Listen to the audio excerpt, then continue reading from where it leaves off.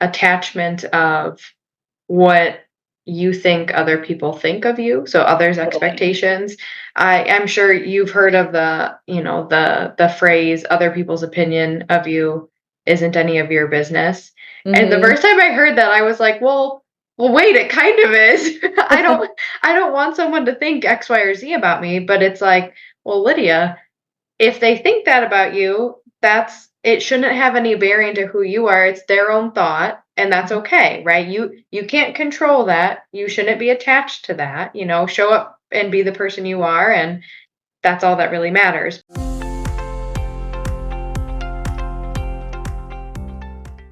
Hey there, and welcome back to another episode of the Reshape Your Health podcast. I'm your host, Dr. Morgan Nolte, and today we have one of our Zivli health coaches with us, Dr. Lydia Spirawk, and we are talking about something I wanted to bring to the podcast for a really long time.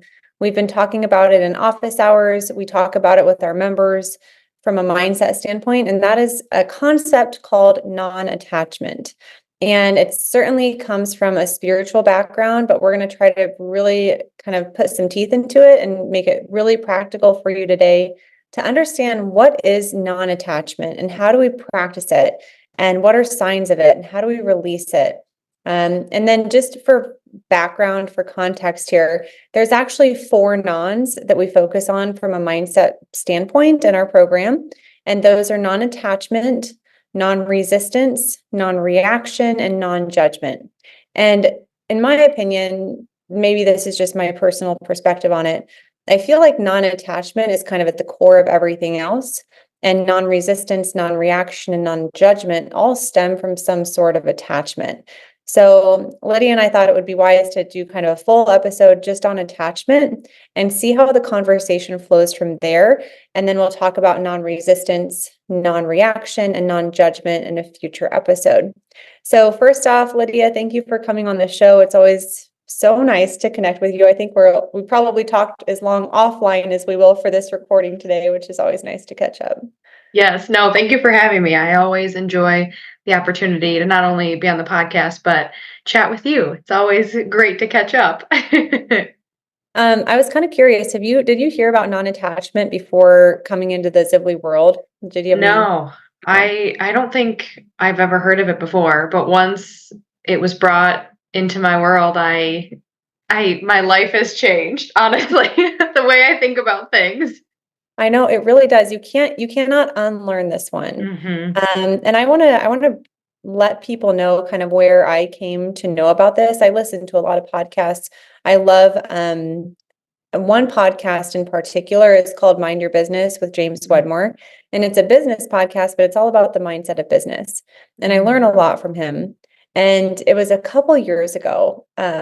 If you've ever run a business, started a business, you know the first few years are really difficult in a lot of different ways. And um, he said something so poignant. He's like, your disappointment is your own fault. And I was like, what the heck?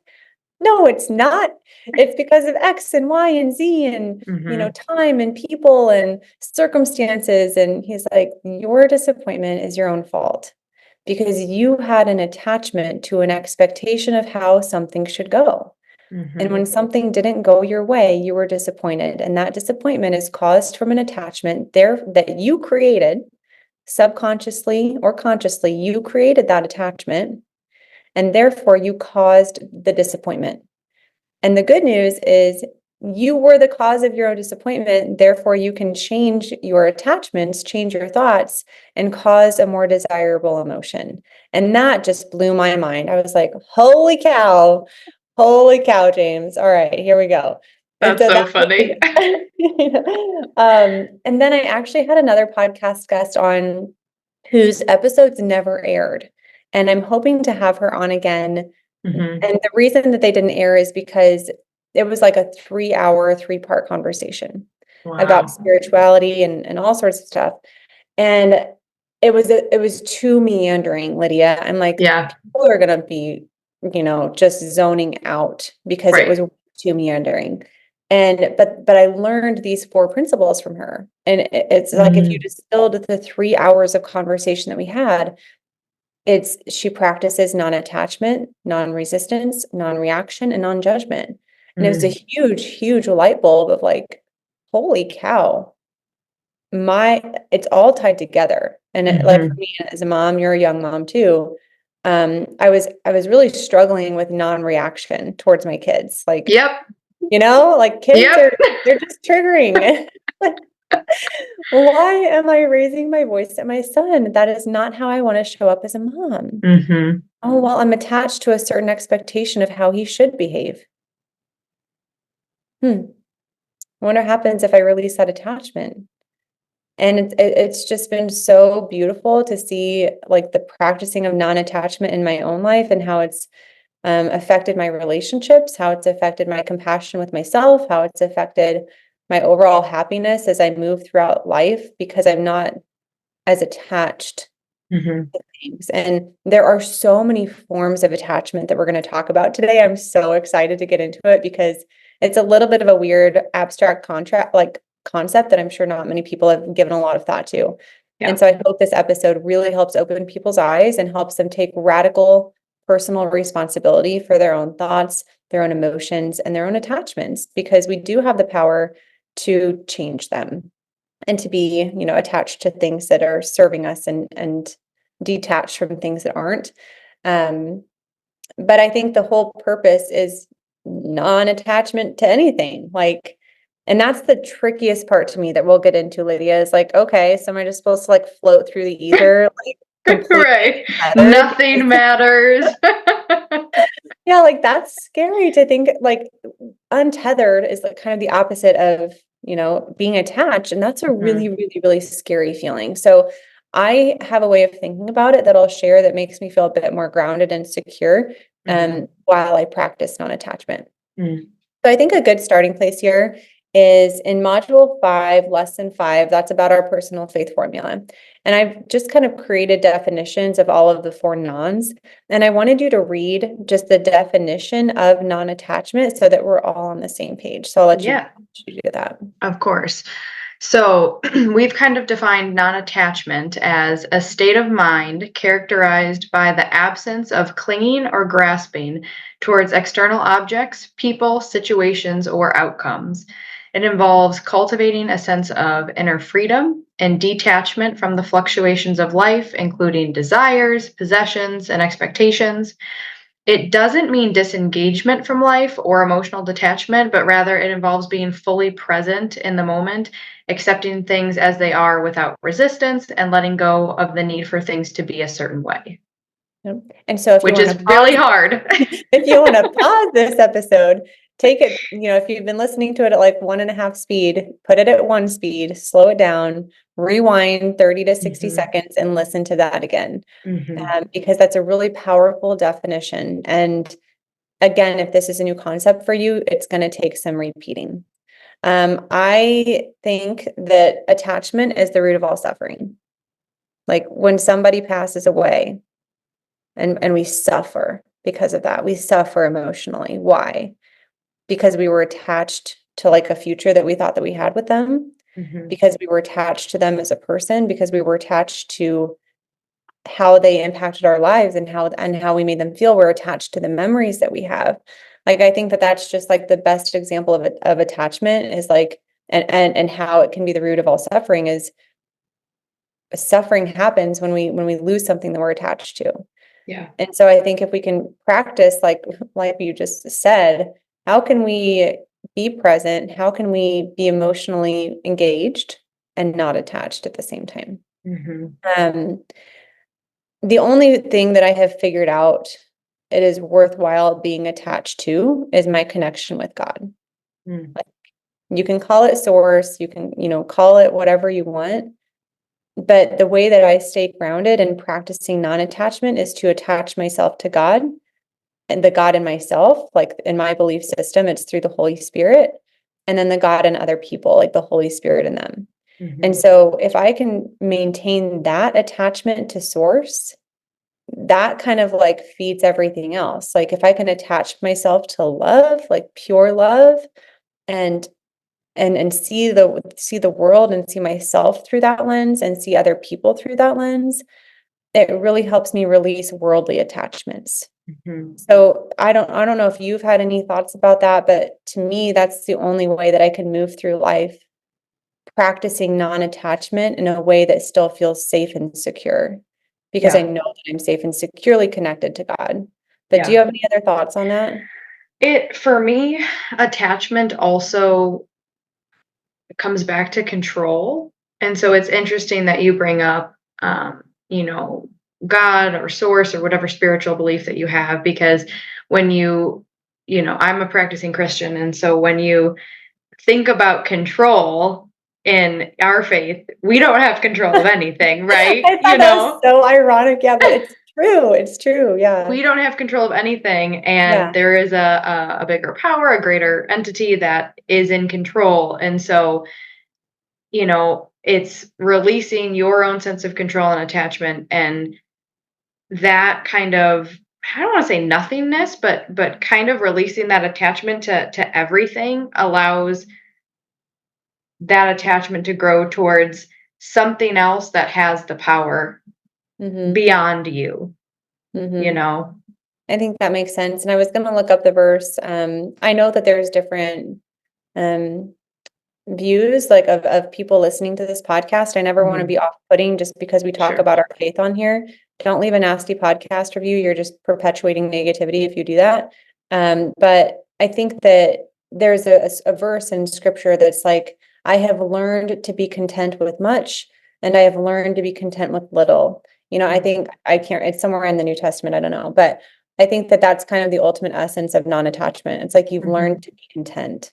Mhm. Why? Because like if you have that attachment to source, you're golden.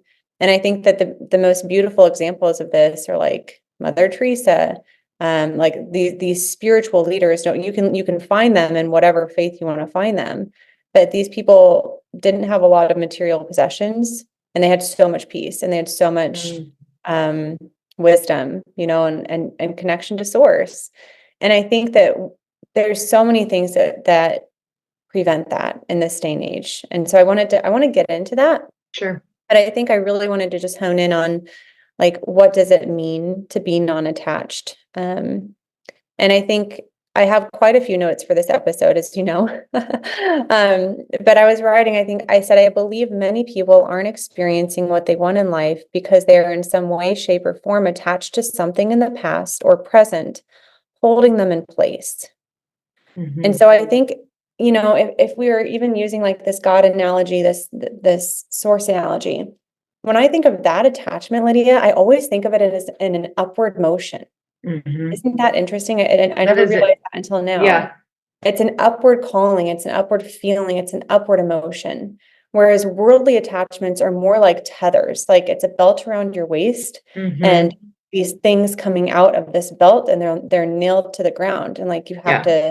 you have to cut them to be Right. released from them. And so it's almost like an attachment pulling me up into a higher state of consciousness, and then attachments pulling me down into a lower state of consciousness. I like that analogy. I know you like a good. I do. I love a good analogy. Good. Okay. So for me, that is the only way that I can describe it. Like we don't Mhm. want to be like unattached from source, creator, God, but we do want to practice non-attachment from everything else in the world so that we can have greater peace and contentment and personal power. Like that podcast that I mentioned, that Mind Your Business podcast, that's how he phrased it. And it made so much sense to me Yeah. because I was giving away so much of my personal power to these attachments. And it's almost like if you're thinking about Lydia, like running, how I don't Mhm. know if you ever did this when you were an adolescent, but I know Mhm. that sometimes they do now, where you're running, but there's people behind you and they have different resistance bands pulling you back. Oh, yeah. Yep. Are you I with did that me? in tennis. Yeah. Yeah. So we were not that sophisticated at my small school. We just did the straight up running. And like in my mind, that's kind of what an attachment is. It's something Mm. holding you back, and you can choose to like lighten that resistance and move Mhm. forward and move upward. And that's what we really want for everybody listening to this podcast is to grow and evolve into the best version of yourself in every aspect of your life. And that requires practicing this non-attachment. Now, I think I would love your perspective on what's the difference between practicing non-attachment and being disengaged and not caring. Because when I first learned about this concept, I kind of went to like a dark place. Yeah. I was trying to practice non-attachment, but then I felt very disengaged from my kids and my husband. And I'm like, well, I don't want to feel that way. Right. So Right. how do we simultaneously hold that love and that presence of mind without being attached? What's your perspective on that? I think it's a continual practice. It's Yeah. hard to master. I'm not a master at it. I'm constantly practicing. And we'll get into non-reaction a little bit, but my attachment and reaction they go hand in hand for Mine me. too. Yep. I'm a very emotional person by nature. I am great at expressing my emotions. And so a lot of things I do in life have emotions attached to them. And so for good or bad or otherwise, and so I've had to be more present with the emotions that I'm feeling when something is happening that I'm attached to. So, and again, they kind of go hand in hand. Mhm. But I used to just kind of feel all my emotions. I'm attached to something, and then I react. And this has made me pause. And so I think that's honestly one of the best lessons with all of these is it gives you time and space to pause and think, because we're constantly going, like we're constantly just go, go, go, go, go, go, go, go, go. And we don't think, in the moment, we don't think beforehand, we don't think after until it's usually way Yeah. after. Yeah. And so I think practicing this kind of non-attachment allows you to say, okay, well, why do I feel attached to this? Is there an emotion attached to this attachment? Mhm. Right. Um, and in terms of, how do you do all of this and not care? I think, again, speaking for me, I have to almost put a like a neutral mindset in place, as in it's not bad, it's not good, it's just neutral, right? This thing that's happening, it just is. And there's not an overarching excessive emotion attached to it. And it doesn't mean I don't care. It just means I'm choosing to release. Right. And like you going Yeah. back to power, right? It's putting you in control of how you're reacting. And this goes back to, non-reaction, but it puts you in the driver's seat for how you want to navigate the situation, and it gives you that time to think how you want to respond. Yeah. It kind of, you mentioned something that made me think of the example of like $1,000 payday. Mm, And it's like the neutrality of a mhm. situation. Yeah. Everything is what it is. Right. It's good or bad or somewhere in the middle based on our meaning of a situation. Mhm. So, if you're getting $1,000 payday to one person, that could be huge to them. Right. To another person, that could be devastating to them. It's all about like the meaning that we give each experience in our life. Mhm. And I think also if you practice attachment to source or God, I think that that makes it so much easier to experience the positive side of attachment, like the love, the caring, the appreciation, the gratitude, and then just like release all of the lesser, like the lower vibration emotions, I think. Um, so in my mind, that's how I do it. It's like, well, if I'm attached to source, if I'm attached to God, God is in me, God is in every single person around me, I'm naturally attached to them in that way. But Mhm. I can practice that. I can practice those emotions of love and the all of that stuff, but I don't have to be attached to anything else about Yeah. them. Yeah. And I think that that speaks to death. If you believe whatever your beliefs are after death, it's like, I believe the spirit lives on. And so if I'm only attached to that aspect of the person, yes, they're gone. Yes, there's different things that I was attached to in a worldly standpoint, but I still have Mhm. that.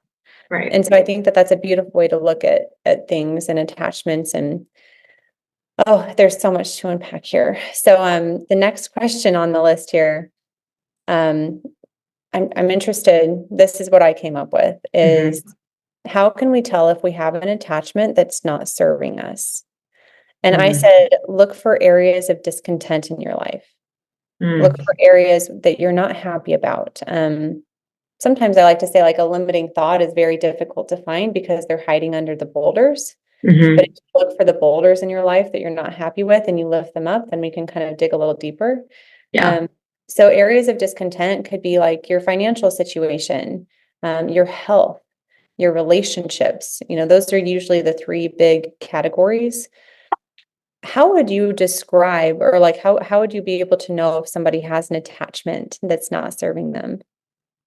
I think at least with, a lot of the clients that I work with, a lot of it a lot of what we talk about stems from their past Mhm. and beliefs that they maybe, haven't have ingrained in them since they were a child and they took with them into adulthood and into parenthood and beyond. Um, and so we kind of unpack a lot of those attachments to those beliefs of who they think they are, who they thought they were, the life that they think that they deserve.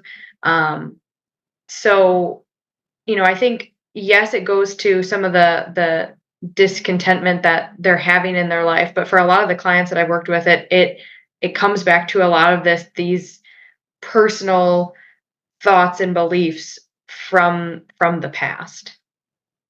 Well, I think that's a subconscious attachment. And Mhm. whenever we speak about attachments, I think it's really easy. And I talk about taking personal responsibility for your thoughts. Like that is in no way, shape, or form trying to shame anybody or Sure. make you feel weak or make you feel like you have to just be stronger. That's Mhm. not what we're talking about. Like what we're talking about, as you mentioned, is developing a greater emotional awareness and a greater Mhm. awareness of your thoughts and a much higher sense of self-compassion towards yourself and curiosity towards yourself.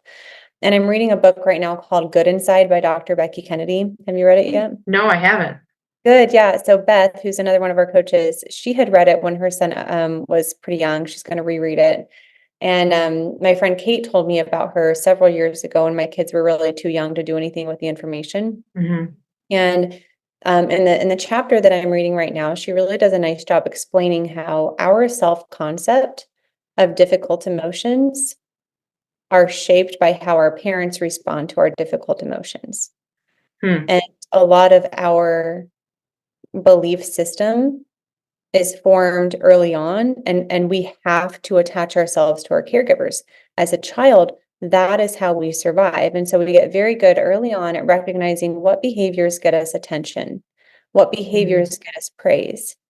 And so for people who struggle with overeating and sugar, I want them to think back to their childhood when their grandma offered them a piece of cake or their grandma offered them a cookie. And I want you to imagine what your grandmother's response would have been if you would have said, "No, grandma, I don't want that cookie right now because I don't want it and it's not healthy and Mhm. I just don't want it." Would grandma say, "Oh, but I worked really, really hard to make these and I made them just special for you and I think that you would really like it." Like, what message is that sending to the child? The child receives the message, man, I better eat this food. Otherwise, people are going to feel guilty or I'm Mhm. making people feel bad. So eating food presented to me gives me positive attention. And that is safe for me as a child. Mhm. So I'm going to be eating all my food and I'm definitely going to be eating the sugar and I'm definitely going to be happy about it because that makes other people happy with me. And so when we're talking about attachments, these subconscious attachments that form in childhood, that's a huge one that I see is a subconscious attachment to finishing all their food, to accepting any food that's being offered to them, and to having really a propensity to eat sugar Mhm. and not want to offend people by declining food. Those formed in childhood, but we don't have to carry that attachment into adulthood. Another one is how do we handle uncomfortable emotions? And this, I think, is Dr. Becky, some of her best work is, if you are having a meltdown as a child, Mm-hmm. I think that the example this morning had to do with like, a baby coming into the world and like the big brother was all jealous and kind of throwing a tantrum and whatever, and she goes, there's different responses that a parent could do. And one of them is send the child to their room and tell them that they're being spoiled and ungrateful and go to your room. This isn't how you Mm-hmm. should be. You shouldn't behave like this. You should be Mm-hmm. behaving better. Go to your room until you can behave better. And that teaches, and then another option is ignoring the emotion altogether. And both of those options, especially the first one, which I think is what a lot of us have experienced, what that tells a child is your uncomfortable emotions are too uncomfortable for me to be around. You need to handle those in isolation. Mm-hmm. You need to figure out how to make yourself feel better. But as a child, our coping skills are so low, they're so low, and we don't have those skills. And so as if our parents meet our uncomfortable emotions with judgment and criticism and shame and guilt, we then learn to meet our uncomfortable emotions with judgment and criticism and shame and guilt. And we never learn how to be compassionate with ourselves, how to be empathetic with ourselves, and how to develop emotional regulation. And so what happens as we grow up, let's think of a real life example here. You're mad because you lost your soccer game. And the parents are like, oh my God, they lost the soccer game. She's going to be throwing a fit. What can make her feel better? Ice cream. Let's go get some ice cream. Mm-hmm. It's okay, honey, that you lost your game. Here's an ice cream cone. Right. And so as we get older, we learn to deal with uncomfortable emotions in two ways, isolation and sugar. And we carry that into adulthood so often. I kid you not, Lydia, I do this too. Last night I was looking through my cupboard for stevia chocolate chips and then unsweetened baker's chocolate. We were all out and I was like, oh, good for me. I'm all out of that stuff. I just went out to the hot tub and I just relaxed with Justin. And it wasn't a negative, uncomfortable emotion, but at the time of this recording, we just wrapped up our open enrollment season. Like that's just kind of a busier season for me. And I wanted to unwind and I'm like everybody else, and so I think that it's just so interesting if we start to face our uncomfortable emotions with compassion and curiosity instead of judgment and criticism, like we wish our parents would have approached our uncomfortable emotions, man, can we grow personally. Mm-hmm. And then another thing that I learned from her recently that I loved is like, why does this happen? Like, why? I mean, especially when parents understand a better way of parenting, which I think a lot of people just do this is like the cycle, right? Like we parent how we were parented and our kids turn Yep. up all this stuff. And I thought it was so brilliant. She said, we have developed a severe intolerance of frustration, Mm. And so kids these days have a very severe intolerance of frustration. And that's where the impatience comes from. That's where kind of like almost like a shortened, they want the learning curve to be as short as possible. And one of the reasons that that is happening is because adults are in this place where they can put their hand under the faucet and the water turns on or soap comes out. We can click a button and find any movie that we want in 10 seconds. We don't even have to like get physically up to shut the TV off. We have remote controls for that now. I mean, so many things are automated to be as easy as possible. However, what that also does simultaneously is reduces our tolerance of frustration and uncomfortable emotions. And it is wiring our brains that if something is not fast, easy, and convenient, then something is wrong with that. Mm-hmm. And so I think what we have to recognize is that when it comes to attachments, it's very, very normal that some of these are subconscious attachments that have developed in childhood or have developed from conditioning from our environment. And like when we're talking about different types of attachments, how does this relate to weight? Well, one of the huge attachments that we work with is attachments to expectations that they should see progress quickly on the scale. And if the scale's not going down, something's not working. And, all of these things that we hear. And it's like, the only reason that you're disappointed about the scale not going down is because of your own expectation to how much weight you thought you should be losing per week, first of all. Second of all, what's wrong with staying in this point? Why it's okay to be uncomfortable. It's okay to be disappointed, but there is so much growth and learning that needs to happen here. And so I think the visual that I would like to give everybody right now is like a starting point and an ending point. And the starting point is when you're starting to learn a new skill. The ending point is when you have mastered the skill. Let's say like literally anything, anything that you're working on. And then in the middle is discomfort. It's frustration. It can be impatience, all of these uncomfortable emotions that we simply have to learn to recognize and tolerate and lengthen, like you said, that space between response or activator and choice. Yep. We have to learn how to do that. And one thing I really want to encourage people in is it's really normal to feel those feelings in the learning zone. And it's also not super helpful to stay there. And you can also simultaneously choose a better feeling emotion. So you can be frustrated that things are taking a long time with your health. You can be frustrated, but you can also choose to be hopeful. You can be overwhelmed, and you can also choose to say, yeah, I'm a little bit overwhelmed right now, and I'm going to choose to view that as I'm learning a lot and I'm growing a lot. And so I think that from an attachment standpoint, I really wanted to set the stage of it's okay. Like, it is so natural that you are where you are. You're conditioning both as a child and as an adult. But however, we have to understand it better. And that's why I wanted to have this in-depth podcast episode, just to unpack both of our thoughts on attachment and help to stimulate thoughts in other people's minds. Yeah. So with that, then I think we become attached to comfort because, okay, how does all this wrap together?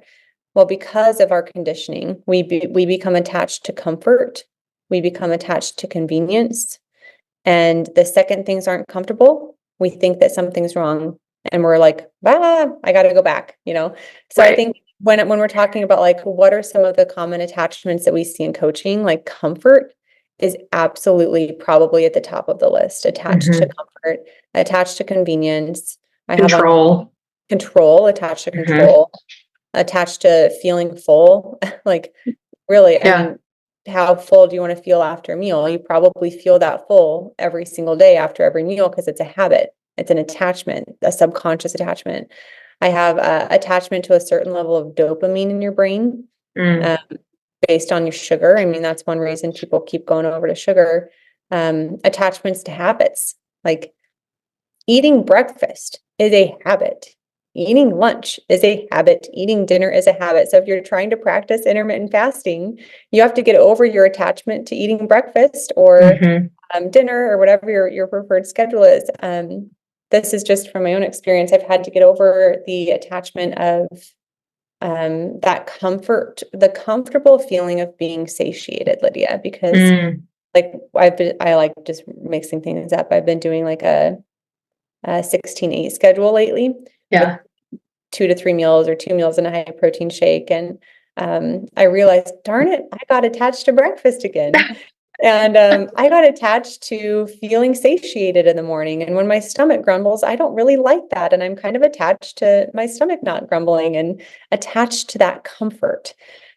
That's funny that you say that, Morgan, because for me, and I'm sure other people resonate with this too, especially breakfast. Breakfast is very nostalgic for me. And so I have this attachment of, waking up on Sunday morning and my mom makes chocolate chip pancakes. And so when I think about breakfast, my mind goes to, typically not all the healthy, great breakfast foods, but the emotion from what I experienced from the past and the comfort that provides. Like when I think about, my mom literally makes the best chocolate chip pancakes in the world, hands down.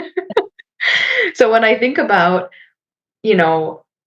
chocolate chip pancakes, I think of this. I have this attachment of comfort, of happiness, of fullness, of togetherness with my family, and it's interesting because this kind of goes back to that neutrality, right? It's like, it's great to eat a meal with other people, but when you're so identifying and attaching certain emotions with foods, then it makes it that much harder when you are trying to maybe change your lifestyle and change the way you're eating, because then you think it's not just the food that you're changing, but you're also having to navigate the emotions and the attachments that were associated with all of those food items. Oh yeah. Like yesterday in office hours, that was a brilliant point. First of all, the attachments to certain foods, but more Mhm. so than that, the emotional experience that we get from eating Mhm. those foods. And someone said yesterday, I'm attached to the emotional comfort that I get from eating carbs. And she's like, I don't necessarily miss them because I know my blood sugar is better without them, but like I miss the emotional connection to them. Mhm. So I thought that was a really, really nice point that you brought up there. And if people just like stop and pause about that, like do like how much of your joy, happiness, calmness, and relaxation are you currently getting from food? And I think a huge thing that we work on with our members is how can we help create experiences that make you feel calm, relaxed, joyful, and happy in ways that don't involve food, Mhm. and it's just a different way to think about things. But there's a few more on the list that I wanted to bring up and see if you had any other ones on for like from a habit standpoint, right? Because I really want people to listen to this episode and I want it to be mind blowing. And I want them to just like think about all of their attachments and which ones are serving them and which ones aren't. But like staying up late, attachments to like people pleasing tendencies that cause them to stay up late and answer emails instead of go to the gym or like whatever, work pleasing tendencies. Um, Having a lack of silence, I think, is a huge one for me that Mhm. I'm working on. Like Mhm. I'm almost attached to constant input would be the best way to put it, whether it's from a book, a podcast. I don't watch a ton of TV except for to, you know, pretty much just like unwind in the evenings. Um, but I listen to a lot of stuff. And I'm not great because I'm attached to the comfort of that, and not Mhm. necessarily the I think uncomfortable that's silence. that's also harder, I feel like, in today's world, because we also have access to social media. So Yeah. we're constantly, pulling out we have 5 minutes. I'm gonna take out my phone and scroll Instagram or Facebook or TikTok or whatever, versus I'm gonna take 5 minutes and I'm just gonna sit in silence. I mean, Mhm. imagine if people did that, right? Where you're on the bus, you're at the airport, and you see people just sitting, doing nothing. We'd be like, "What's going on?" I saw, ironically enough, on Instagram, I saw a reel of someone who said, "What if we treated our Bibles like we treated our phones?" And then it had like Mhm. videos of her like reading the Bible while she's going to the bathroom and reading the Bible like while she's riding the car and reading the Bible while she's getting ready to bed and reading the That's Bible funny. first thing in the morning. It was hilarious and also a little bit sad because that's the reality from an input standpoint. You're so right. Mhm. Like I think of auditory input, but visual input, like Mhm. scrolling through social media, the TV images. I mean, we are so bombarded and it is so difficult for me specifically, at least to be silent and to be still.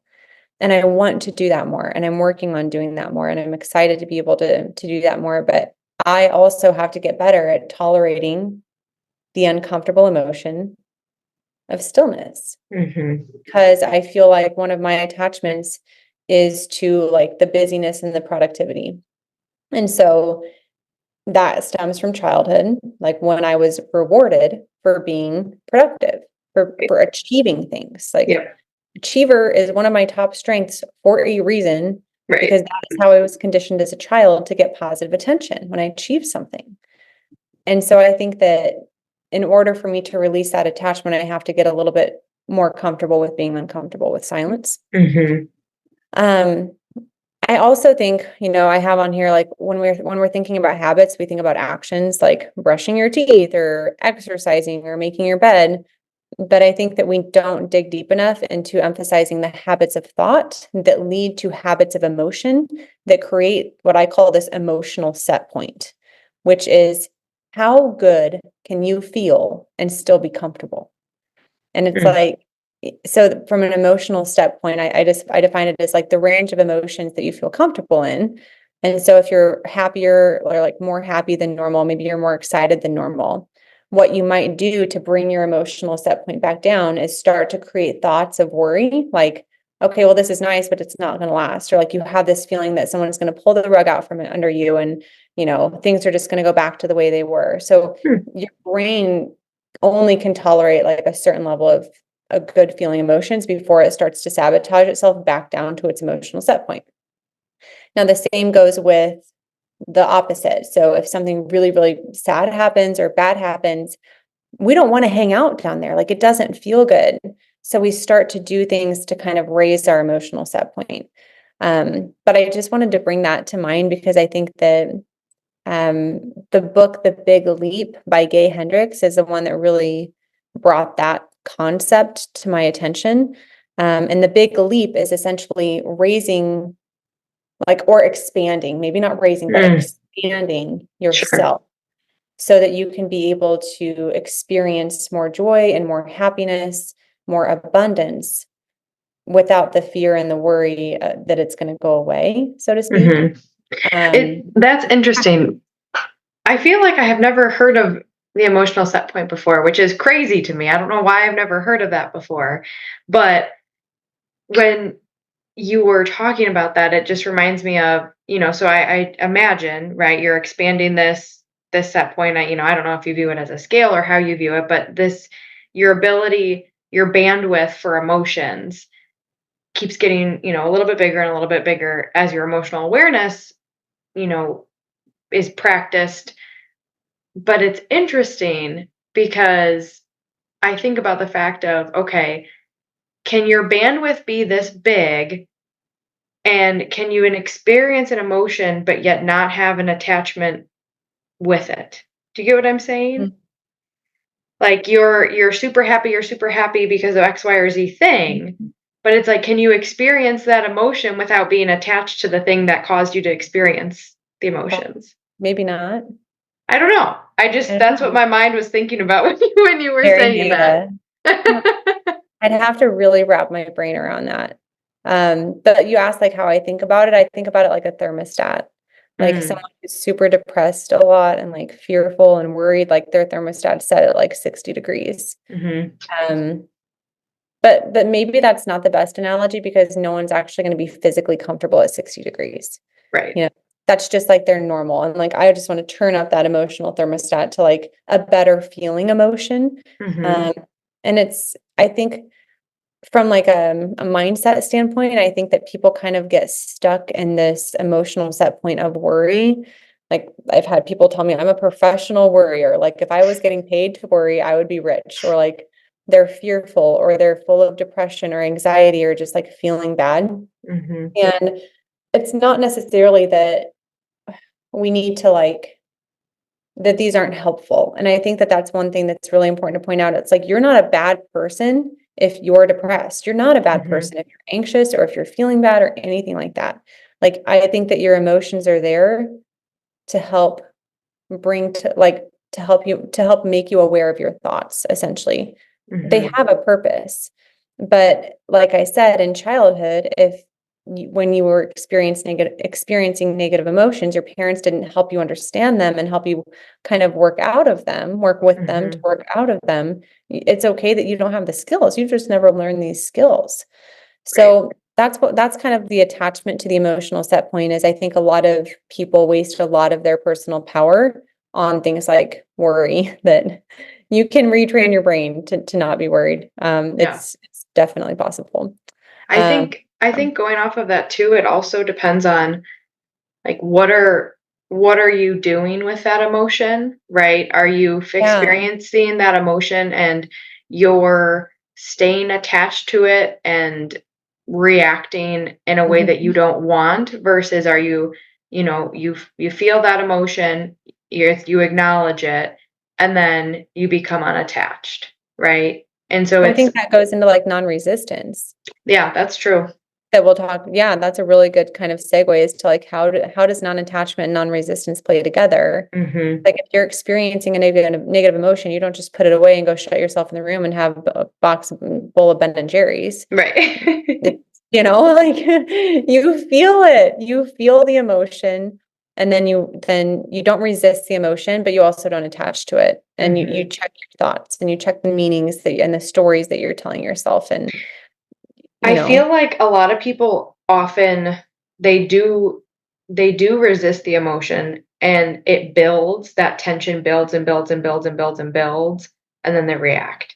yeah, Versus, you know, acknowledging, experiencing that emotion in the moment, right? Kind of bringing back to the concept of being present, and you acknowledge it, you're aware of it, and then you respond. yeah. I've heard before that like a lot of the discomfort from uncomfortable emotions comes from the resisting of uncomfortable emotions. Mhm. The resisting is actually worse than the uncomfortable emotion Right. itself.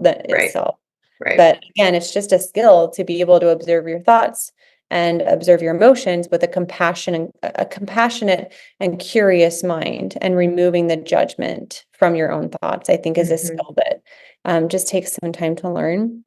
We're about halfway down the list of common attachments that I could come up with from our coaching.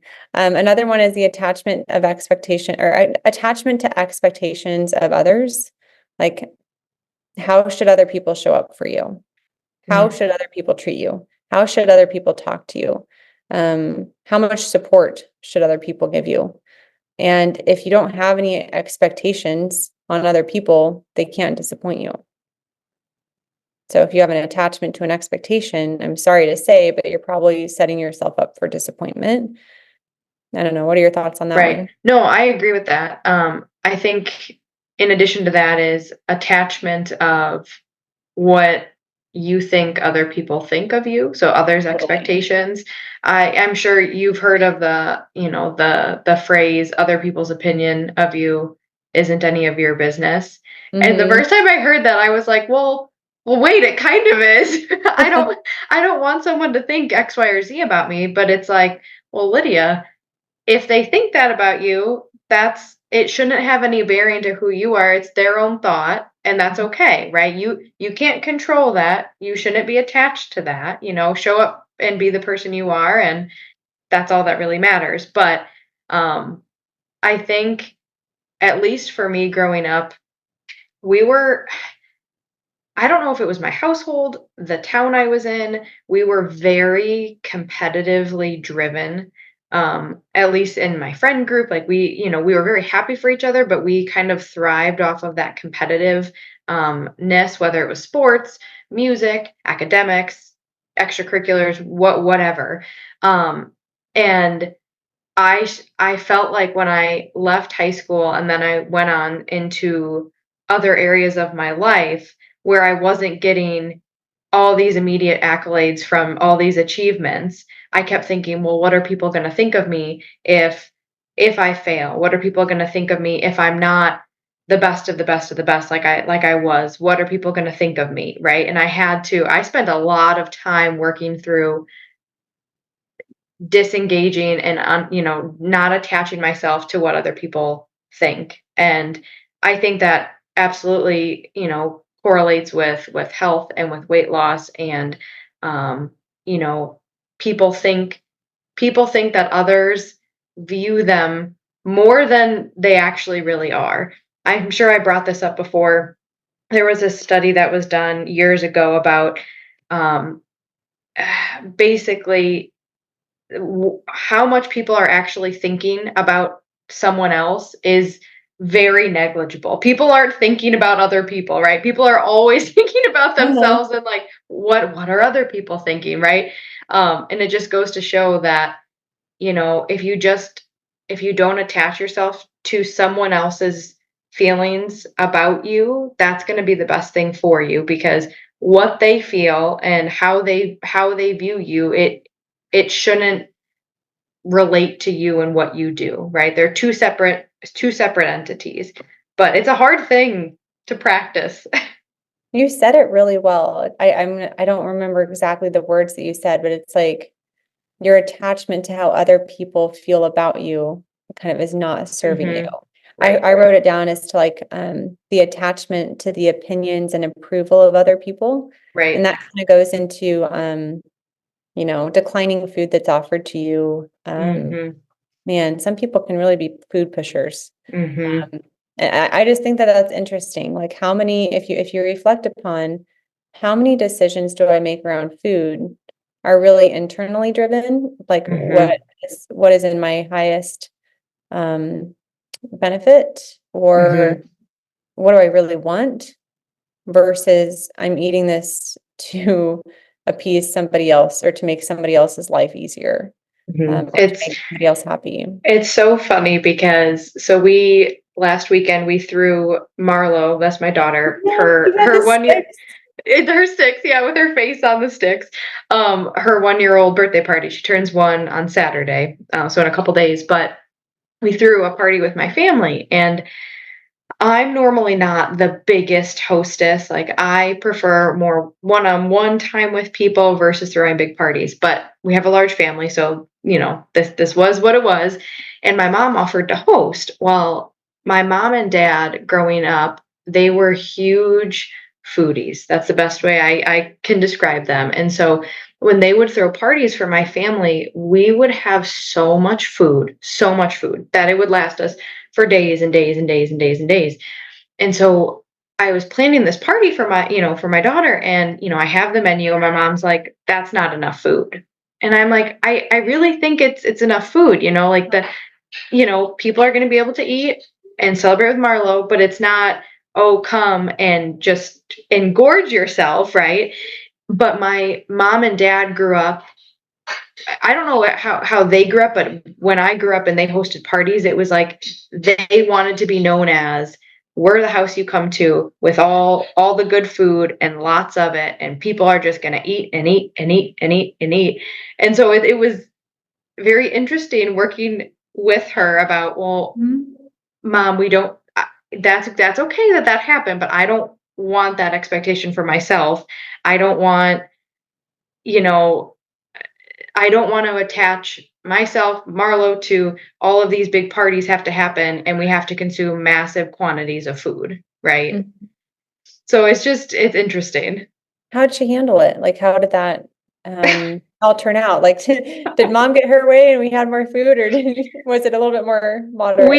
We met in the middle, Okay. and we ended up having extras to freeze. And so that's where we kind of met in the middle. I said, okay, well, if we have extras, great. Like, we'll freeze them and they can be utilized throughout, the next couple of months versus, oh, we need to eat all of this, Right. right? So if it were up to my mother, we probably would have had double the food that we had.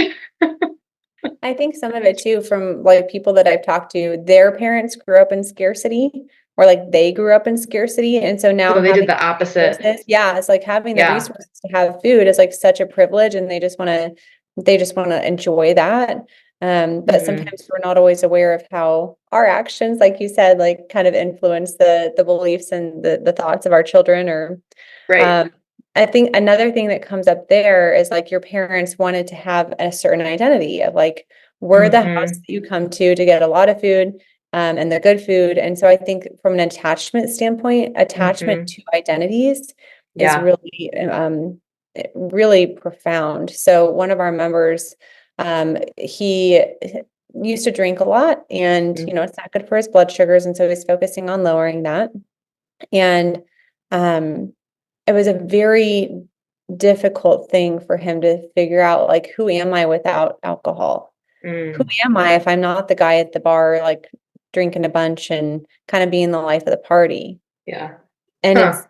it was so amazing to see his vulnerability and Hmm. just admitting the difficulty.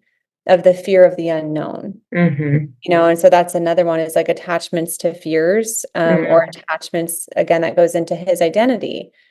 And so we kind of work together to be like, okay, I think part of the reason this is so difficult is you don't really have another picture of yourself in your mind yet. Like, like version 1.0, but like, what is version 2.0? Like, how are you growing, evolving as a person?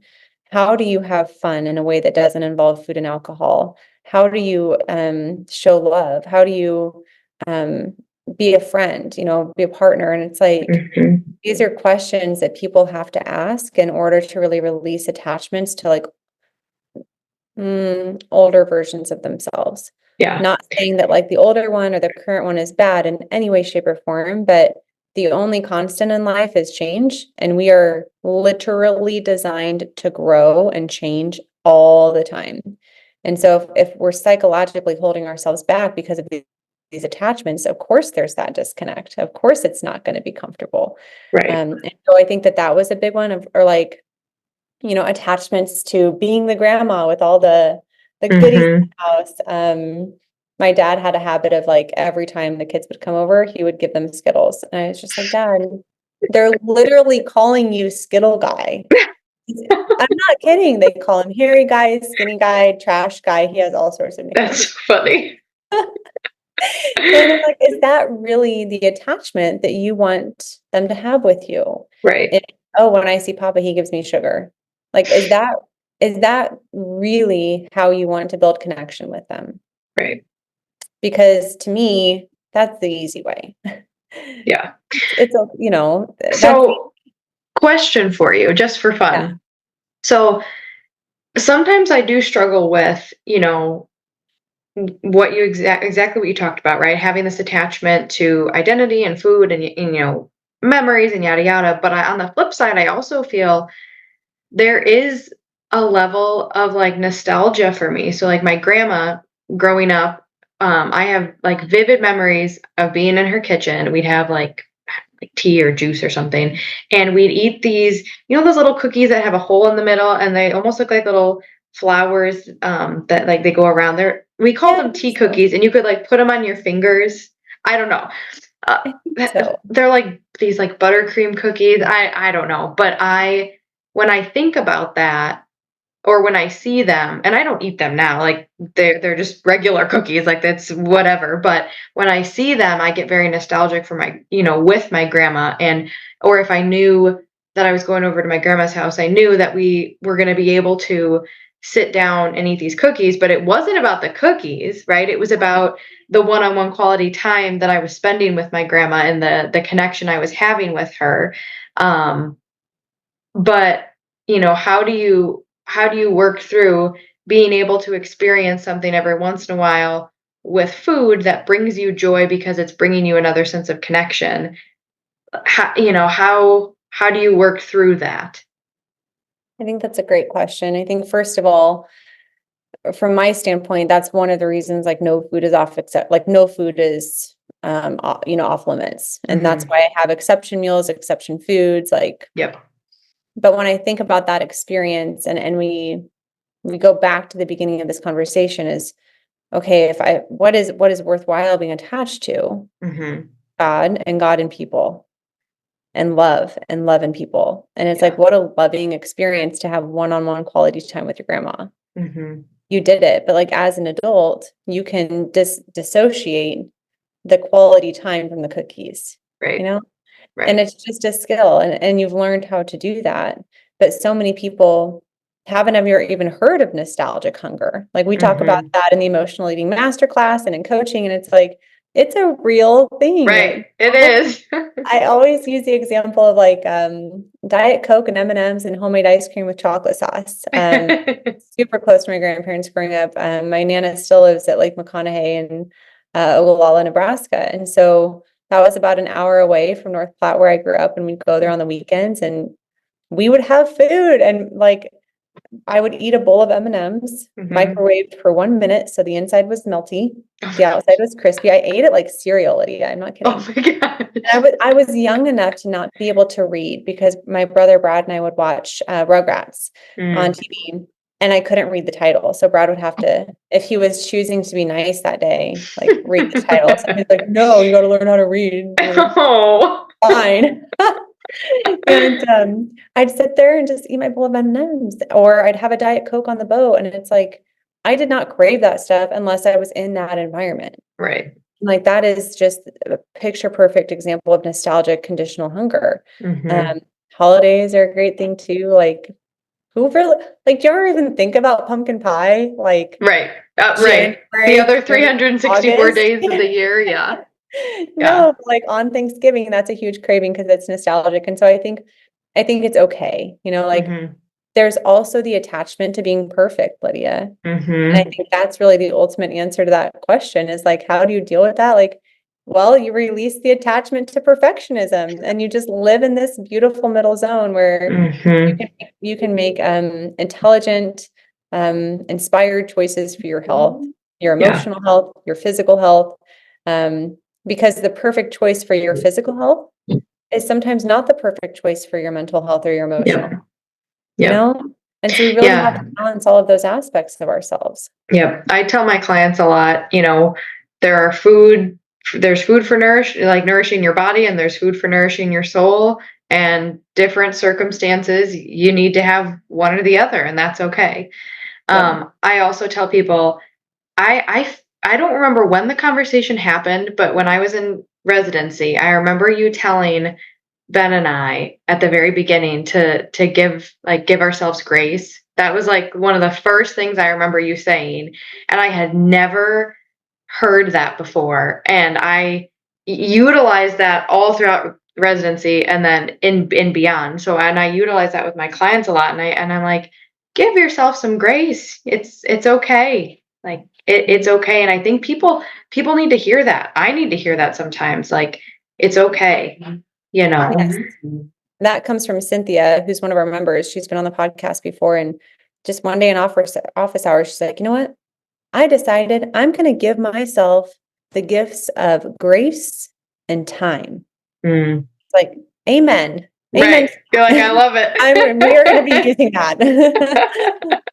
So I'm really glad. I didn't quite know where that was going. I'm like, oh no, what did I tell her? And just for context, so how Lydia and I met, I still remember where we met in Omaha. It was like that bubble tea place. Do you remember Oh that? yeah. Oh yeah. I don't even know if it's there anymore. And so I was the program coordinator for the geriatric physical therapy residency, and she was the resident, like the incoming resident that year. And so that's kind of how we got to work with each other and got to know each other pretty well. And it's just an interesting year all in all, and you just handled it so well. The It was a challenge. hard year. It is. I said interesting, but I should have said hard. A lot of work. It's a lot of growing. It's for many people, it's their first year out of PT school, which is such a growing time. So Yeah. Anywho, But I it's a good think time. that correlates though with a lot of the members we have and what they're going through, because a lot of them, this information is new and there are some growing pains to it, but it's good, right? And so giving, allowing themselves some grace in the process, right? Not attaching themselves to the perfection, right? I tell people module 2 is really dense, right? I'm like, Mhm. it's dense. You get a lot Yep. of information. Because a lot of people I talk to, they're like, oh my gosh, I listened to it, but I can't quite get all of it. And what about this? And should I be tracking this and this? And I'm like, let's just slow down a little bit, right? Uh-huh. You know, don't attach yourself to the expectation of, I have to get through everything and I have to be perfect. It's like, put that off the table, right?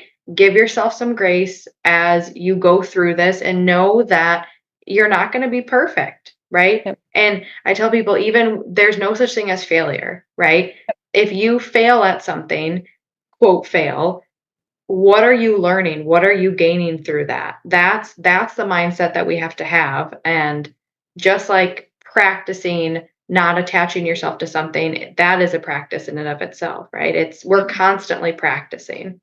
Yep. I like to say there's no failure after go. Like if Mm-hmm. you are going, like great. Like Yep. it's not a failure. And we'll get to ways, I think a few ways that we can kind of actively practice non-attachment. But in my opinion, one of the best things that we can do is adopt a growth mindset and make growth one of our like core values. Yeah. Because you can grow in any experience, positive or negative. You can grow in emotional strength and emotional resiliency, and insight and awareness and wisdom and knowledge and understanding. Like all of these amazing values you get to grow in the most difficult times. But if you're only focused on like, what does the scale say as your only measure of progress, you're going to be sorely disappointed. So I think that that's one way. Before we get into more, I think that there was one more attachment that I wanted to talk about, and that's kind of attachment to fears, a fear of unknown, and then the fear of failure specifically, which I think goes back to that like emotional set point from a fear standpoint. But can we wrap up this part and like, do you have any other common attachments that you see in coaching? I feel like we talked about most of them. I think of like outdated beliefs, like the attachment to the thought that eating makes you fat, or like the attachment to the thought that if I'm not really, really hungry, I'm not going to be losing weight. So like when people start to eat more protein and they're more satiated, how am I supposed to lose weight if I'm full all the time? Right. Oh, just wait and see, Right. It's, the attachment to the thought that losing weight has to be a miserable experience. Yeah. The attachment to the thought that unless you starve yourself, you're not going to lose any weight. Like, so I think that those are the last ones that come to my mind. The only other one I could think of is almost the attachment of not expectation, but like the you that you're picturing in the future. And it's hard because you want to, utilize the future you to help drive the present you, sometimes in certain situations, but at the same time I think it can also hold you back if you're attaching yourself to someone in the future, because that isn't who you are now and it isn't what you're living through day to day. And so, not attaching yourself to the past you, to the future you, but just being present with who you are in the moment. Yeah. And knowing that you are working towards that version, but you don't have to, like the gap in the game we've talked about before, you don't have to constantly compare yourself to where you were in the past or where you want to be. Like, be present. You can, it's possible to be grateful and appreciative of exactly who you are today, because, like, I think this, my mom is gonna maybe be mad at me for saying this, but, a good example of like being appreciative of like where we are today. The other day, she's like, "Oh, my calves are so big." And she knows she can't get away with that around me. I looked at her and I kind of gave her this look like, and she's like, "And they get me everywhere I need to go. And they're my balance." And I'm like, there you go. Like, come on. You're like, perfect. You finished the thought. So I think it's very, very natural for humans to like look ahead and be like, what do we want? But if we do in the same breath, like, I really like that, or I'm really looking forward to that. And I'm so appreciative and grateful of this and this and this and this. Like that really helps to kind of bring us back to the present moment. Okay. So from the next question, there's a couple more here. We talked about like why are attachments so hard to release. We said, they come from our conditioned beliefs that things should come easily and fast. We have a progressive lower tolerance for uncomfortable emotions and frustrations. We talked about how our parents dealt with our uncomfortable emotions that leads us to deal with uncomfortable emotions in the same way. And usually it's criticism, judgment, shaming, isolation, and sugar. And so we have to learn how to deal with our own emotions in a way that's compassionate and curious and empathetic, and just develop some more skills, some more emotional coping skills besides food. And so the last question that I had here was, how can we practice non-attachment? And we talked about making growth a core value. Something that I repeat to myself every single day, this comes from the book, The Big Leap, that I just talked about with Gay Hendricks, is I expand in abundance, love, and success every day. So I'm really trying to kind of connect myself with that expansion mindset, like connection towards source. I tell myself every day, I practice non-attachment, non-resistance, non-reaction, and non-judgment. I think just that reminder to go against conditioning that I've had as, a child helps me at least, so that when I'm reacting to my kid, I'm like, oh yeah, I said I practice non-reaction, which means I'm also practicing non-attachment. So, what Right. am I attached to here? Right. Yep. And then, I think that one strategy is I'm noticing. So like, okay, well, Mhm. that's great. Like, how do I actually do that? So the I'm noticing and I wonder is a really good language to use. I think that you Mhm. mentioned the term I wonder before. Yeah. I use On, I wonder a lot. Mhm. And Mhm. so it's like, I'm noticing that I'm anxious today. I wonder why that could be. And that goes back Mhm. to what you said about creating space, Mhm. just allowing yourself to feel the feeling, having an internal conversation with yourself instead of just saying, I'm feeling anxious, let me go get a drink or let me go get some Mhm. sugar, but just creating the space to have that internal dialect. Mhm. I had to stop seeking happiness, security, and peace of mind outside of yourself. I think that goes back to connection with source. Um, I think that I wrote this one to me, like for me, that maybe someone else needs to hear it. Embrace the uncomfortable emotions, especially sitting in silence. God speaks to us in a still, small voice, but we are drowning that out with our rushed, busy, loud culture. Create intentional margin time for yourself to experience a different emotional set point.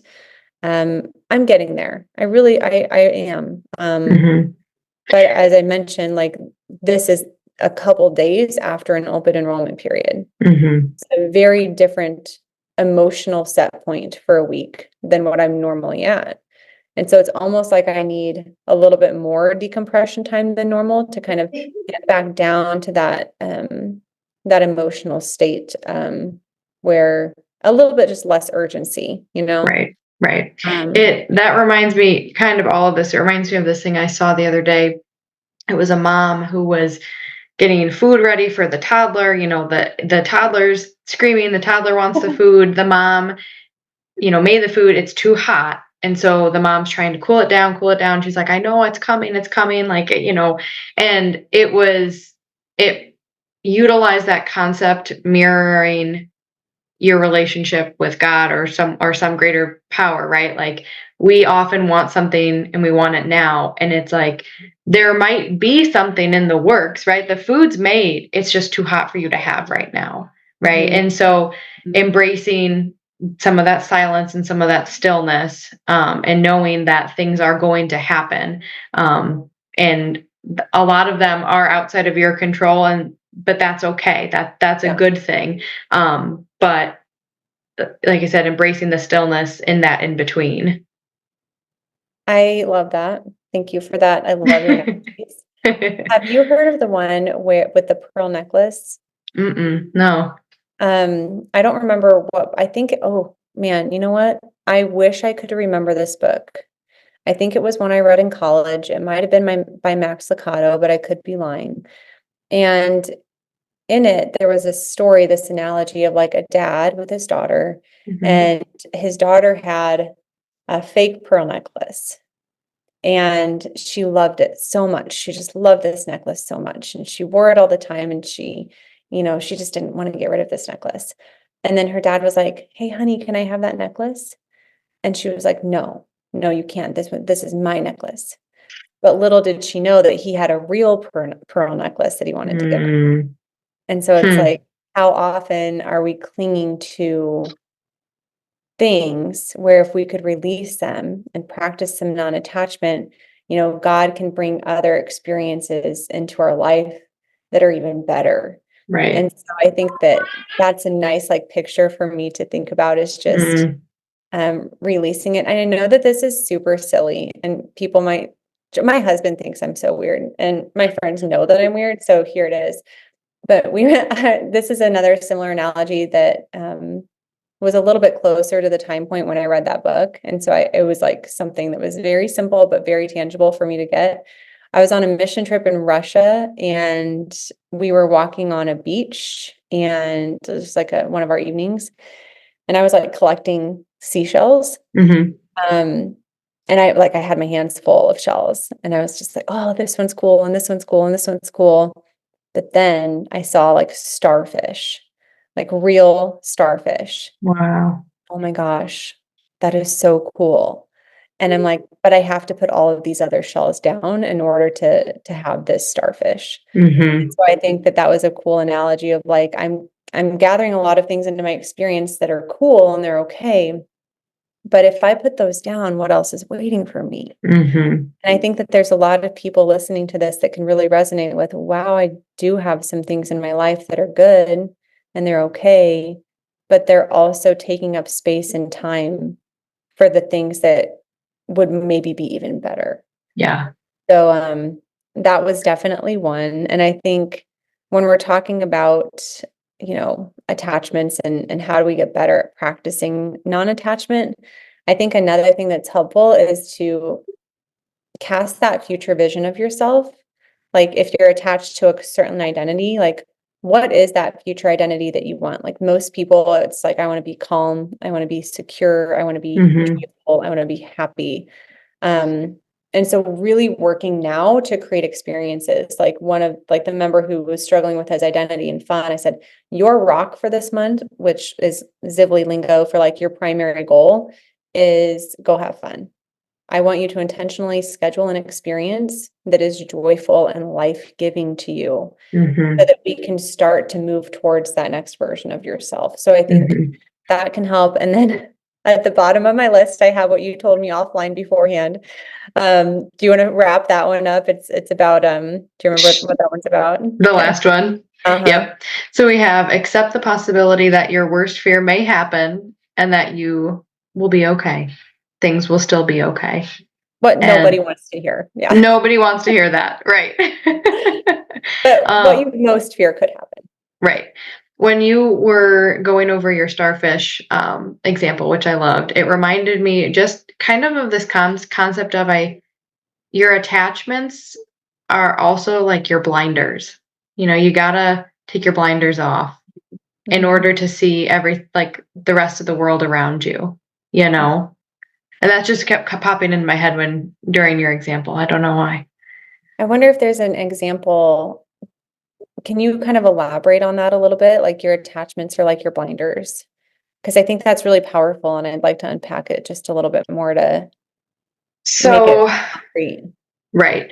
Trying to think of an exact example. Um,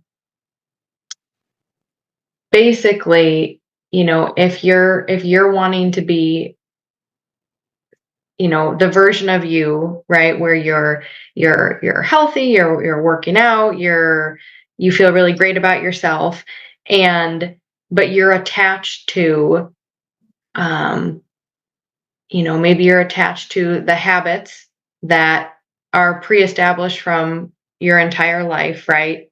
You're attached to these habits. These are those blinders that are keeping you from that next best version of yourself.